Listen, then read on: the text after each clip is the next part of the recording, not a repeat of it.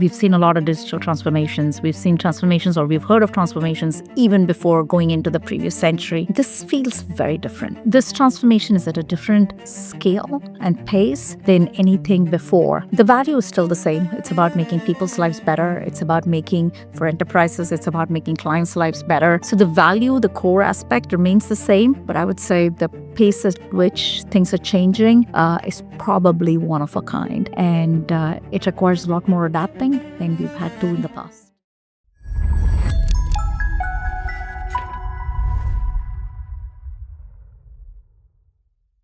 Thank you so much for joining us today.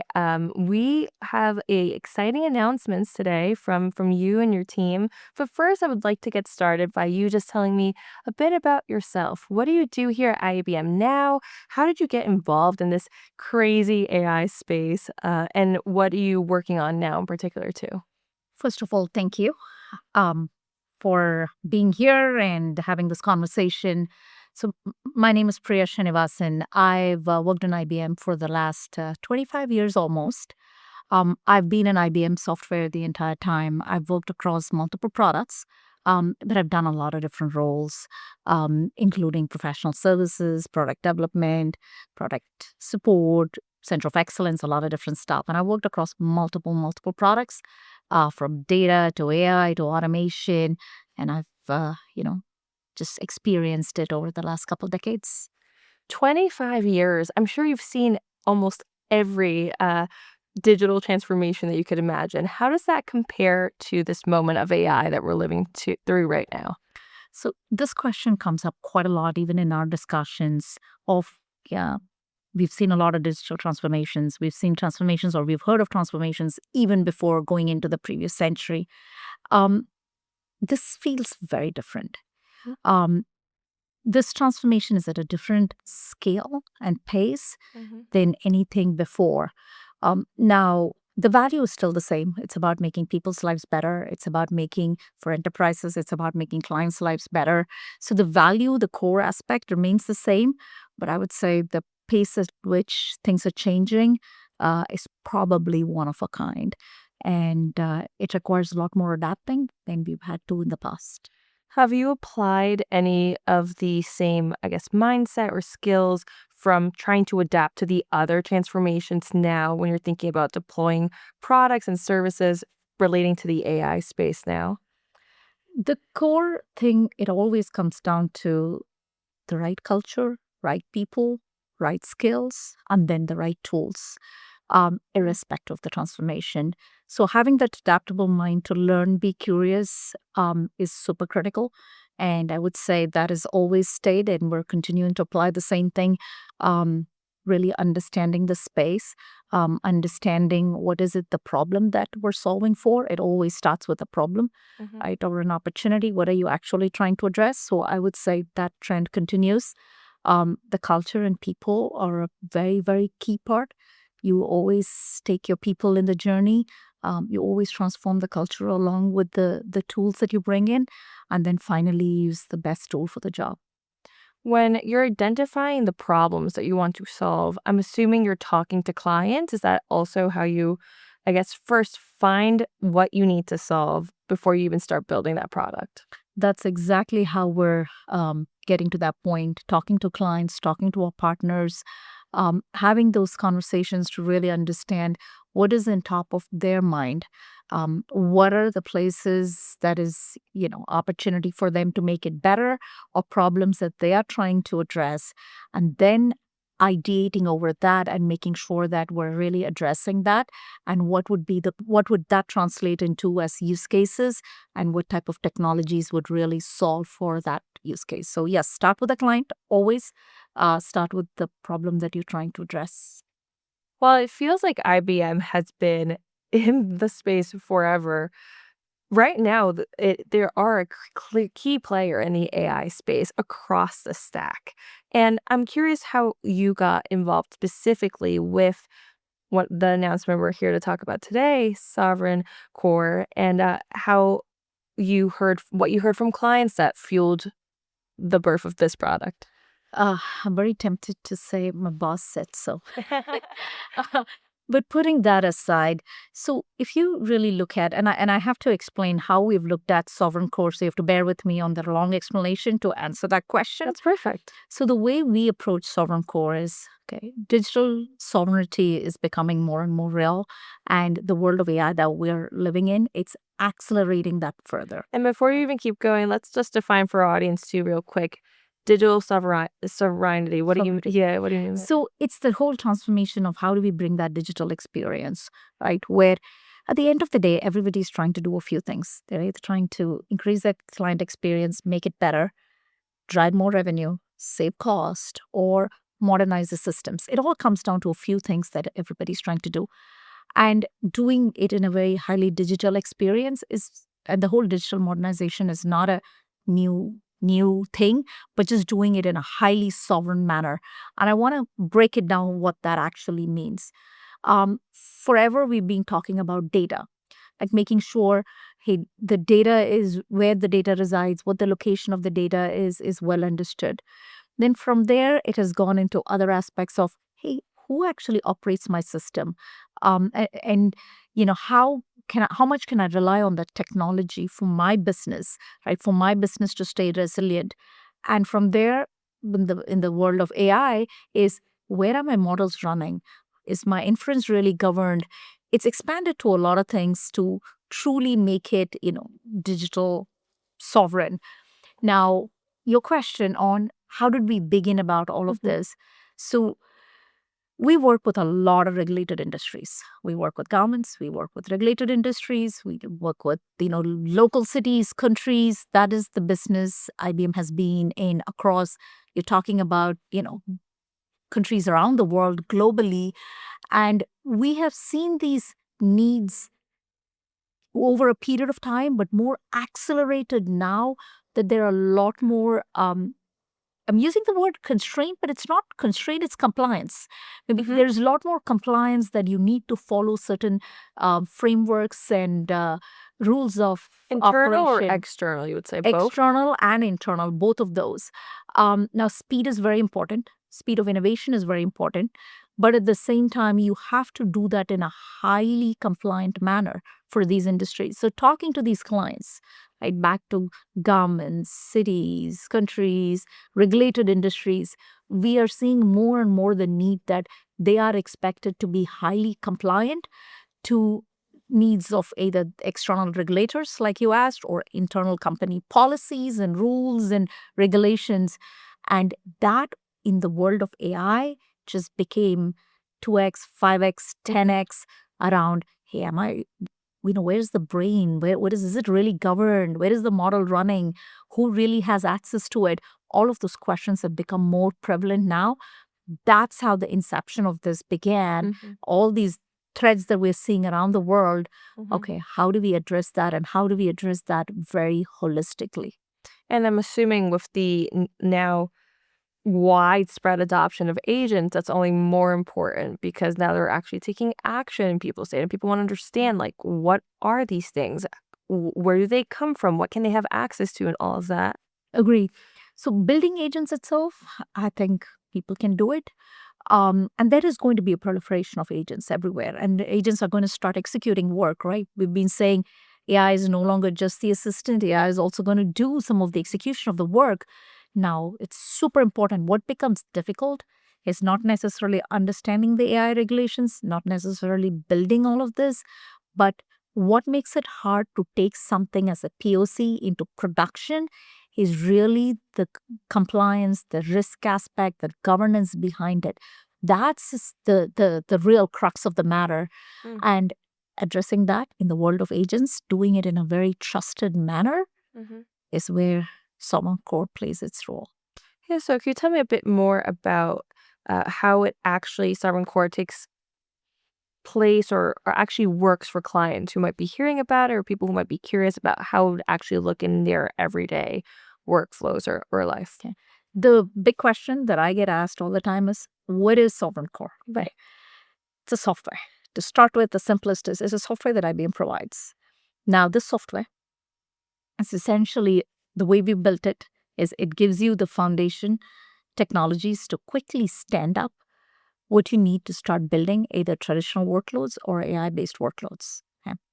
And the simplest way is the control plane of everything that you need to do, from your keys, your access, your secrets, all of that is all managed within your boundary.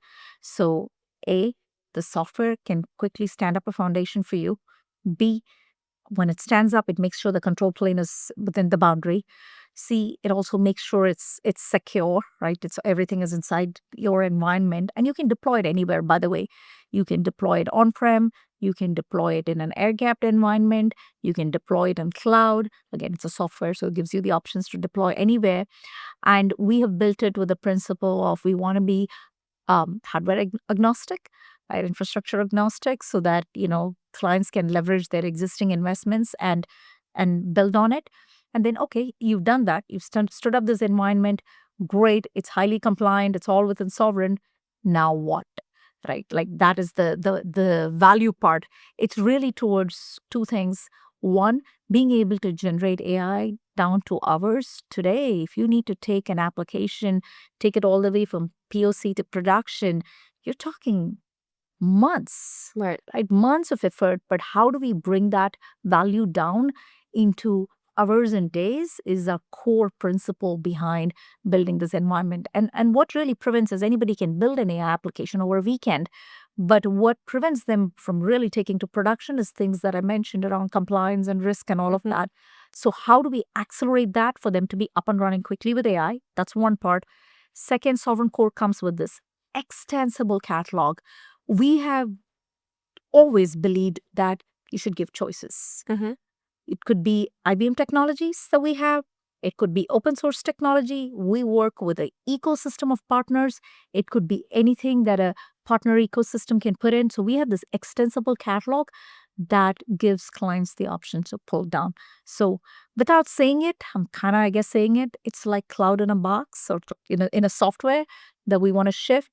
And then you're able to get into this extensible catalog from there. Now it's time for a word from this week's sponsor, Microsoft. What does it take to go from an AI idea to your first paying customer? Most teams are experimenting with AI, but experimentation doesn't generate revenue. Shipping does. Microsoft AI Envisioning Day is a free video series built for developers and software companies ready to turn ideas into real products. You'll learn how to take an AI idea to a working MVP that customers will pay for using practical patterns and guidance so that you can build something that actually generates revenue. No fluff, just clear frameworks and steps you can start using right away. If you're building with AI and want to start closing deals, not just shipping demos, this is how you get there. You can get started today at aka.ms/thedeepview. That's aka.ms/thedeepview. And we thank Microsoft for their support of the Deep View. And now, back to the show. I have a question. So this is trying to solve a really important issue of making sure you understand as an organization, as if you work, whether in IT and you're actually setting up all the access, or if you are actually just a team leader and want to make sure that all of those protections are in place. This is ensuring that an easier way to make sure that that's there. But that requires a demand from the actual client and an awareness that that type of, I guess, sandboxing, or that those protections, those governance, that all of that is necessary and important. Are you finding that clients are aware of the importance and the risks involved if you don't have a layer of protection in that way? Absolutely. And clients are trying to solve this. Enterprises are trying to solve this, but the way they're doing it is using a lot of policies and a lot of control. Could you do this in a much more manual manner? Sure, with more workflows, with more process, um, with a bag of parts. Absolutely, you could do it. Sure. But what we want to do is really do it in a cost-effective manner, with an experience that is very integrated. So the actual need to do it is understood, but the way it is done is probably done through a lot of manual audits and workflows and controls and process. And that's where we're saying, let's do an automated compliance. let's do it in a way. And by the way, it's not a one-time thing, meaning you don't set it up once and I'm done, right? It's ongoing. And we've taken the principle of how do we do ongoing compliance and how do we prove it to you? It's really sovereignty with receipts, right? Which means with proof, and we will give the proof through our compliance center. So to answer your question, yes, it's needed. It can be done, and it is done through a lot of manual ways. We just want to do it in an ongoing, automated manner with proof and evidence right in the box, and that's the design principle with which we built this solution. How do you also balance having all of the right, again, limitations or access and all of that with not slowing down the processes that I'm sure your clients want, like the speed, the efficiency, the optimization? How do you balance the two to make sure that there's, the right safety precautions are in place, but also that's not slowing down what the goals are? It's probably one of the hardest problems to solve. Yeah. Actually, I would add one more mix into it: cost, right? Right, of course. And everybody wants everything, right? Yes. We want speed, we want it to be highly cost effective, and we want it to be compliant, Right. right? It's a balance. Yeah. Right? There is not the perfect answer, yes, always you're going to meet everything immediately day one. It is definitely a balance. But we have taken an approach that clients have to worry less about the compliance part and more be focused around the innovation aspect by bringing a lot of this principle into the design of the solution itself, like I mentioned. And we definitely want to do it in a very cost-effective manner for them, right? So to answer the question around speed of innovation, we have tried to put the right solutions in the box as a base service versus give options through the catalog. That way, the ones that you want, absolutely, that we believe you need to be up and running day one, day two, you have it out of the box as base service, out of the box as agents. While, yes, there is going to be others for you to have a bigger ecosystem of story, you are able to pull it down. So we've tried to balance it that way. And sovereignty from day one really matters, meaning it was not an afterthought in our design. We didn't build the product first and then think, where all do we need to, plug it so that we get, no, we said day one when we designed the product, what is the core value? We called it Sovereign Core for a reason, right? And so how do we build that from our first session and discussion around the architecture to today as we GA the product? We have ensured that that's through the thread of the design so that we can balance speed of innovation towards the compliance versus, and as well, do it in a very cost-effective manner. Yeah, I would also like to touch on, or I guess double click, where are the risks of not taking the right precautions to having a compliance in place? I'll use a very extreme example, but that's just an extreme. There was recently news about a database getting just deleted by an agent. It's an extreme example, but it's a real example. Right? Things can happen, right? Things can happen where you don't know who has access to things, the data that it's using, right? Is the answer even correct? We've all used, everybody, I think one thing that is familiar is some form of chat interface everybody has used towards getting some response back. And we all know sometimes the answer we get is not the right answer, right? It's okay. We're using it for personal reasons, like what's the best restaurant in town. It's okay.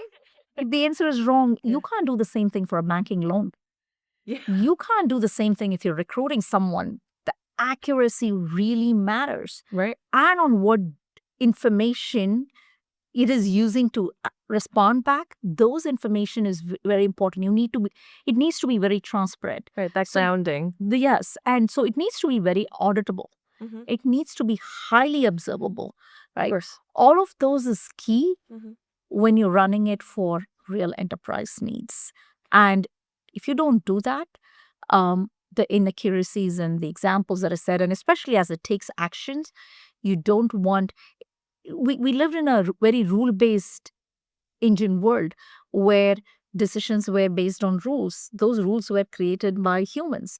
We said, if this do this, if that do that. So it was, we created it, so we still had, it was our brain Control, right? that had, and control. I love the word. You said the word that I would have loved to say, control. We had the control. You're kind of giving the control away Yeah. now. When you give that control away to something, you do not know the ramifications of the actions that can take. And my intent is not to scare. My intent is more to. But it's a real thing. It's a real thing. Of course. You have to be cautious. You have to know the tools you're using. You have to know where your models are running. You have to know your inference is governed. You have to know all of it so that unexpected things don't happen. And that's really why there's a stat that says there's a 80% or so POCs, they fail. They don't go to production. Right. You have to ask why. If building AI is easy, why is going to production that difficult? Because you lose it in the rest of the governance aspect. And that's why it's very critical, so that you can still run a highly safe, secure, trusted enterprise. How do you factor in things that are just out of any of our control? Like, for example, AI models are bound to hallucinate because they're not quite really synthesizing or understanding information the way you and me do, and the way we think and reason, even though we use the term reasoning all the time when describing these models. What they're really doing is analyzing, the information that we're trained on, information they're pulling on, and kind of using that pattern to predict. So that obviously leads to hallucinations. There's not really anything yet that has been done that could significantly, right, reduce those. That's just a matter of the technology. That's how the technology works. Then how do you factor that? Because that's out of your control, right? Like what these models can do. And then also, I guess, give companies the reassurance that, hey, with our offering or our product, we could better gauge that accuracy, or we could better reduce the risk of those hallucinations. Like, to your point, in banking or medical care or any of these industry use cases, you can't afford to have those hallucinations. Fair and a very important question. For years, we used to say security by design. Yes, still security by design is super important. So is governance by design, right? And governance does not mean more meetings, more process. That's not at all a governance.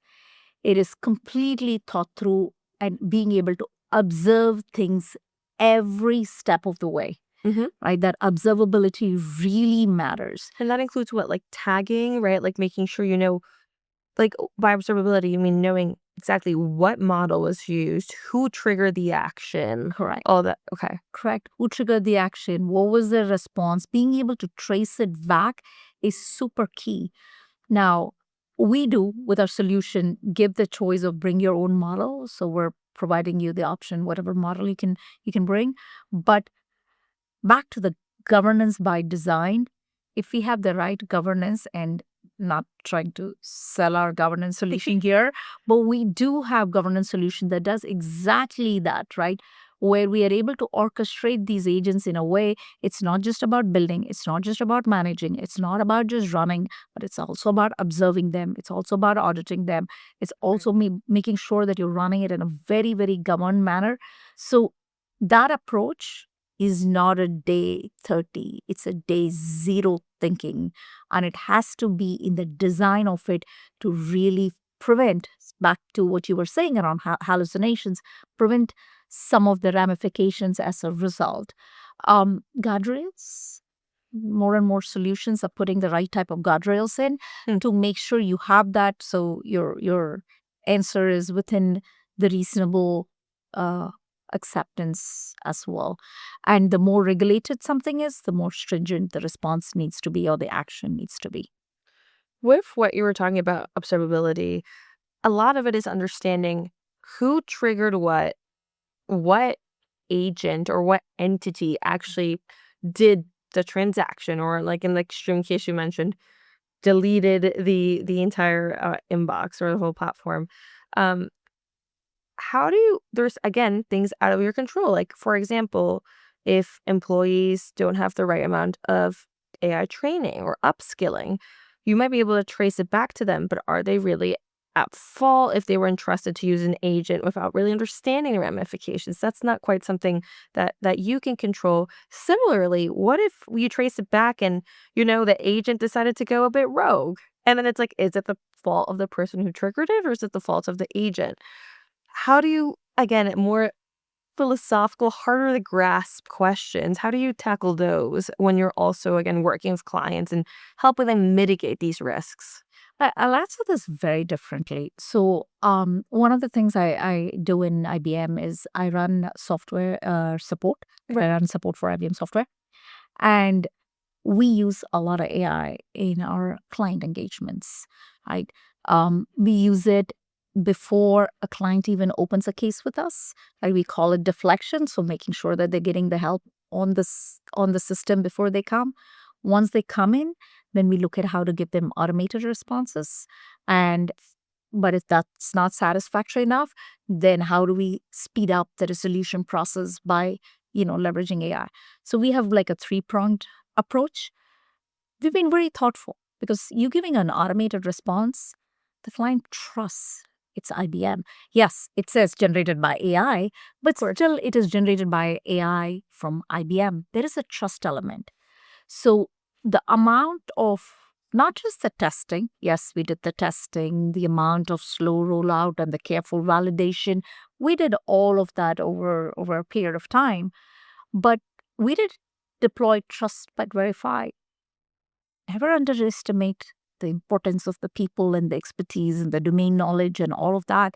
That is the biggest strength we all have. And our engineers feeling comfortable, right? And they were the ones who built it. Our support engineers built this for our clients. So them being part of it and them feeling like validating everything, saying, hey, I feel comfortable with the model, with the model's response, with the accuracy of the response, with the way it's responding, because the client's going to see it even before we see it, right?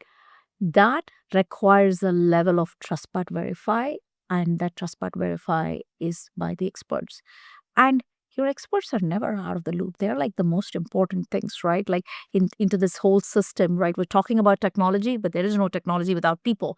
So our experts are at the heart of it, and they are there to make sure um, it's validated and we'll have a level of comfort before we're turning this to the clients. And that's how we've taken an approach, and we've turned it over to clients. And so far, so good.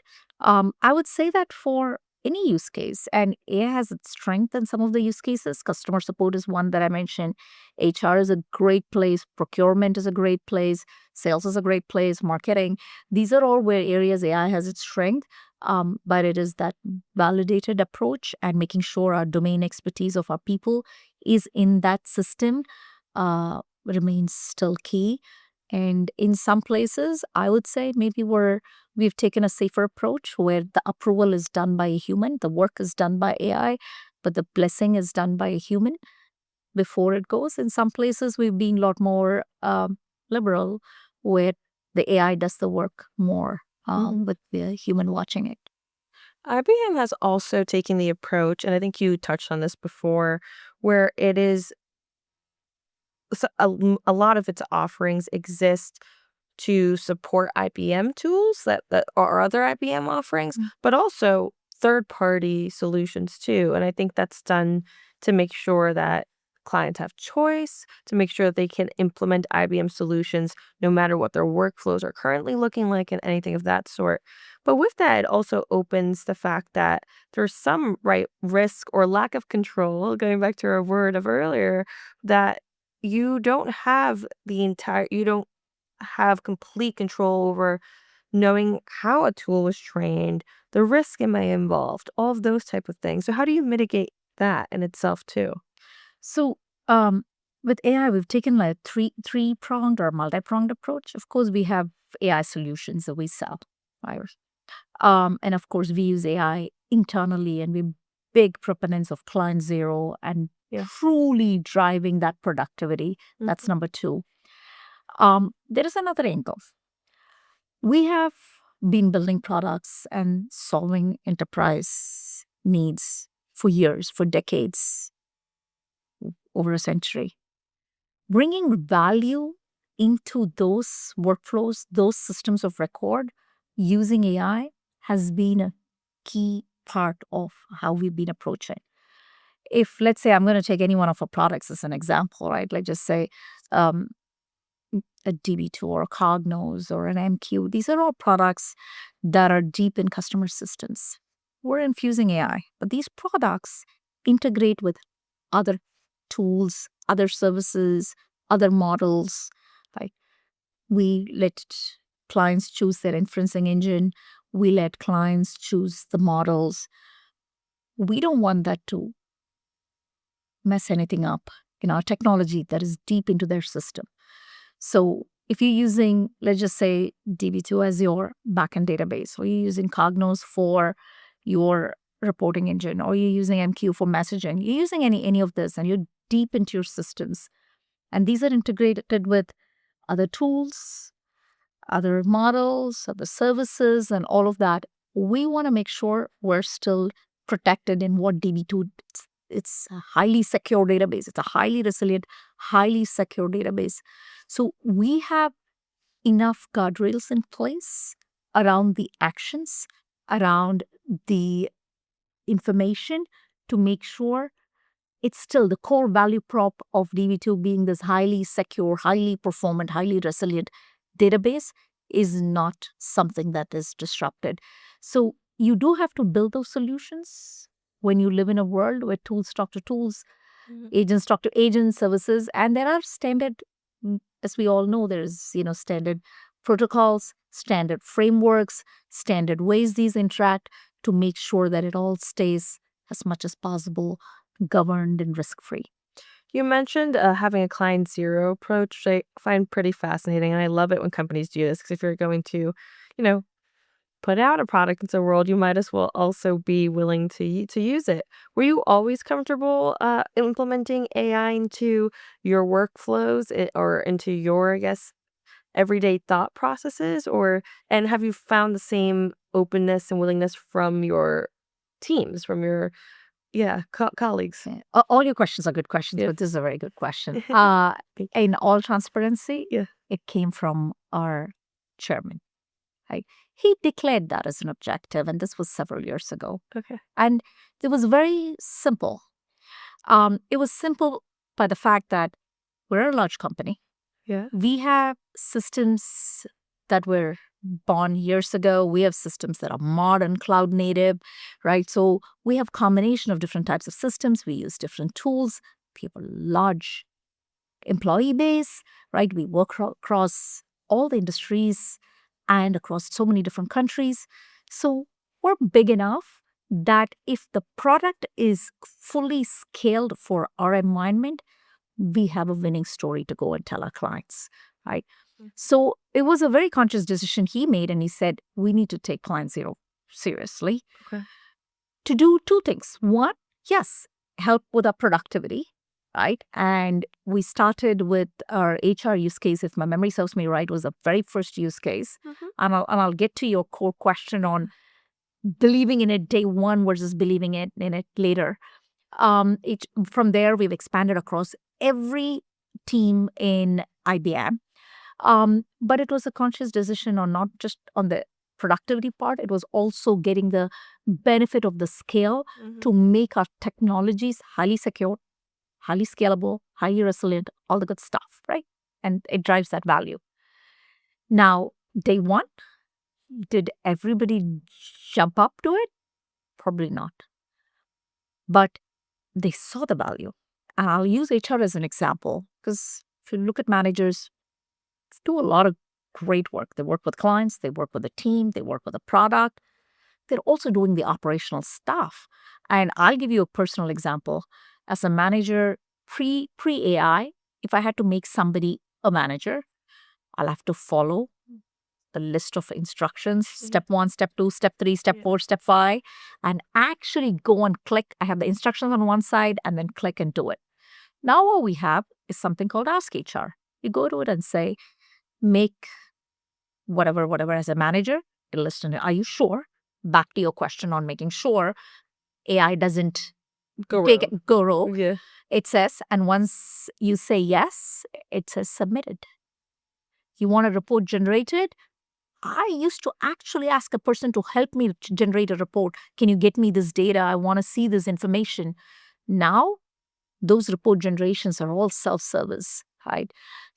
Now that we saw the value, we saw the benefit, now the belief in the system has expanded. So it started top down. But now we've all seen the value. We've seen the value in two fronts, our own productivity, and now we're able to talk to our clients with a lot more confidence. Yeah. We know this will scale this way. We know this is how it needs to be done. Now it's in the culture. That's why I always believe it's always the answer is tool, people, culture, process. Everything should coexist Right. for a successful outcome. And I would be proud to say we've figured that angle pretty well. In your personal everyday workflows, I'm curious how much you reach for AI. Do you use AI tools, and what are your favorite use cases, if so? I use AI quite a bit, but but here's the thing. I don't think I use it to the full capacity I should. Okay. I think I could use more. And why is that? Why do you think you don't use it as much?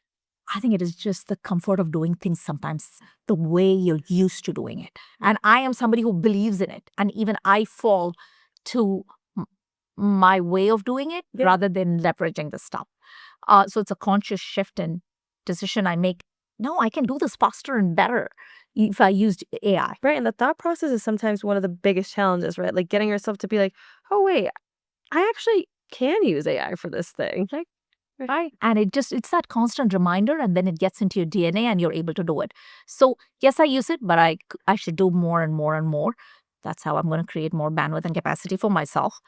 Now, the place that there are a lot of places where I absolutely love it, but personally, the place that I've loved the most is IBM has a technology called Bob, and it's a development partner.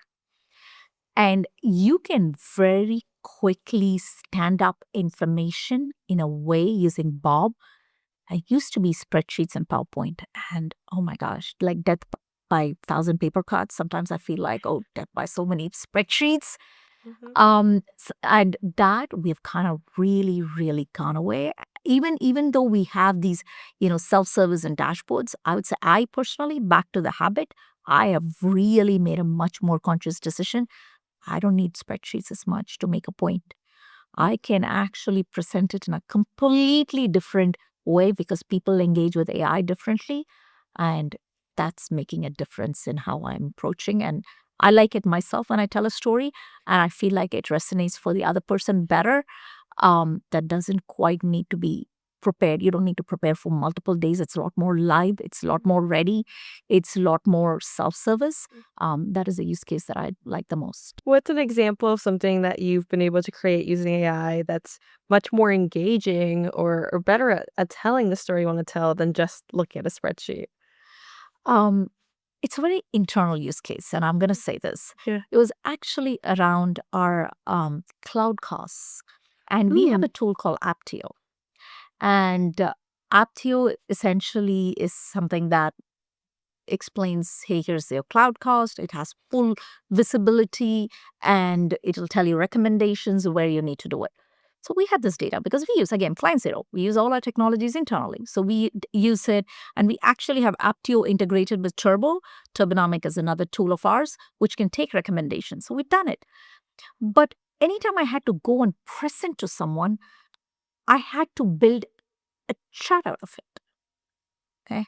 I have to build to say, this is how our cloud cost looks like. These are the actions. Here's what we're focused. I'm still building one chart. And I always felt like, how do I skip this step? Right? I mean, now that it took me a lot of time, I'm taking it from two tools and putting it as a single chart. I'm like, I want to be out of that, even building that chart. And this is where the Bob example from previously used Bob, and Bob helped generate always live chart view, always live because it's ingesting data from two places.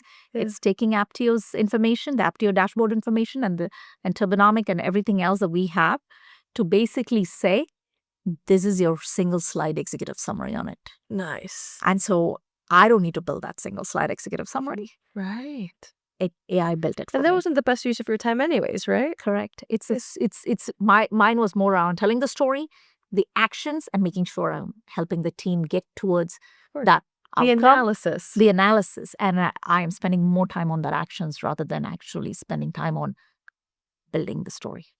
Well, thank you so much. I'm so happy we got to chat. And I think that's a perfect note to end on because it's a perfect example of using AI in a way that makes your life just a bit easier and taking it in bite-sized steps. So, yeah, thank you so much for your time. Congrats on the launch. And yeah, I hope you have a great rest of your IBM thing. Thank you. Thank you for having me and appreciate your time as well. Thank you. Awesome. Thank you, guys.